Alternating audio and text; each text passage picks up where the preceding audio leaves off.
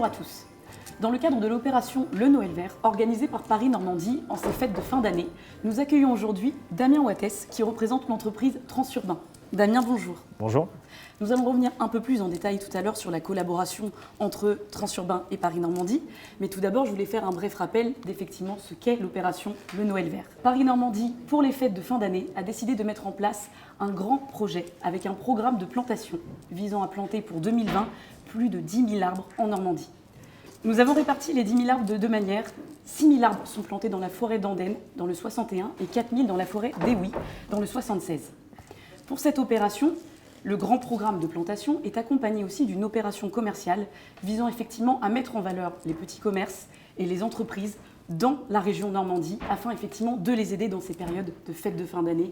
L'opération Le Noël Vert, c'est aussi une grande opération commerciale sur la fin d'année, du 2 au 21 décembre, qui va permettre effectivement d'aider les commerçants pendant une période cruciale en Normandie sur les fêtes de fin d'année, qui représentent un chiffre d'affaires conséquent. Damien, pour revenir à Transurbain, peut-être une brève présentation de ce qu'est l'entreprise Transurbain et de votre engagement dans ce projet.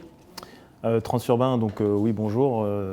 Tout d'abord, donc Transurbain est une entreprise de transport de l'agglomération Évreux-Portes de Normandie. Donc en quelques mots, on est 118 salariés, 48 bus, 5 millions de voyages, 1 800 000 km parcourus.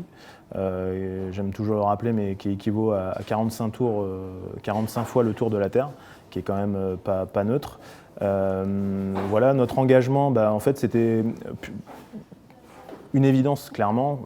Pourquoi ? Parce que aujourd'hui, on est face à la transition énergétique, on est face à l'écologie de manière globale et la mobilité est au centre de tout ça, bien évidemment.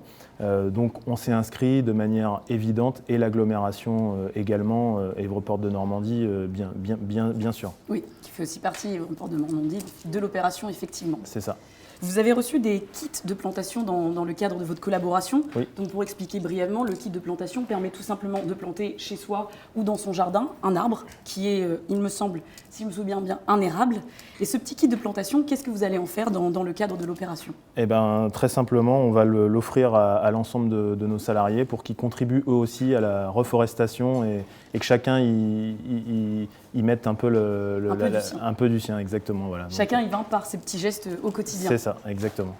Cet engagement, alors je sais que vous avez effectivement un bus hybride. Est-ce que vous pouvez nous en dire un petit peu plus, puisque le projet est assez récent, il a été mis en avant il y a quelques mois de ça, c'est ça ? C'est ça, alors du coup c'était un test. Donc aujourd'hui, l'ensemble de notre parc est aujourd'hui au gasoil. Donc au gasoil, on a un tiers de notre parc qui est en norme dit Euro 6, qui est la norme la plus élevée en termes de rejet de CO2 pour tout ce qui est motorisation gasoil. Ensuite, on est en recherche de nouvelles motorisations. Donc on a récemment eu un test d'un bus hybride, à l'image d'une voiture en hybride, qu'on a testé, qui est plutôt favorable. On a également aussi testé récemment un bus au gaz naturel. Voilà. Et l'an prochain, l'agglomération et le service mobilité d'Évreux-Portes de Normandie fera l'investissement d'un bus au GNV, donc qui arrivera au courant 2020. Au-delà de ça, quelque chose aussi qui est très important dans le développement du territoire de l'agglomération, c'est une station multi-énergie qui va voir le jour en 2020. Alors, station multi-énergie, on aura de l'électricité, du gaz et de l'hydrogène, qui permettra à la fois aux services de la ville et aux privés de pouvoir recharger en fonction de leur motorisation via cette station-là. Ensuite, on va faire l'acquisition aussi de 2 véhicules de service à l'hydrogène de type Kangoo. Voilà. Ensuite, il y a d'autres projets à venir qui est imposé par la loi en 2025. La moitié de notre parc devra être avec une motorisation dite écologique, voilà. Et l'ensemble des investissements devra passer par un renouvellement en tout cas du parc, du parc pour la motorisation et l'énergie. Quand même des projets assez conséquents. C'est ça, exactement. En termes humains, en termes financiers. Absolument. Par ailleurs, je pourrais aussi évoquer que le service mobilité de l'agglomération œuvre avec un nouveau plan vélo et un projet qui a vu le jour et qui progressivement voit le jour au fil des mois, avec une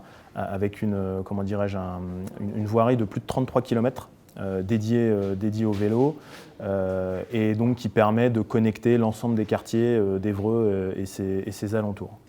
Voilà. Évreux en plein dans la voie de l'écomobilité. Absolument, ville verte. Ville verte. Je vous remercie Damien pour ces informations, et puis surtout, n'hésitez pas à communiquer sur le Noël vert avec le hashtag #MaNormandie plus verte. Merci. Merci.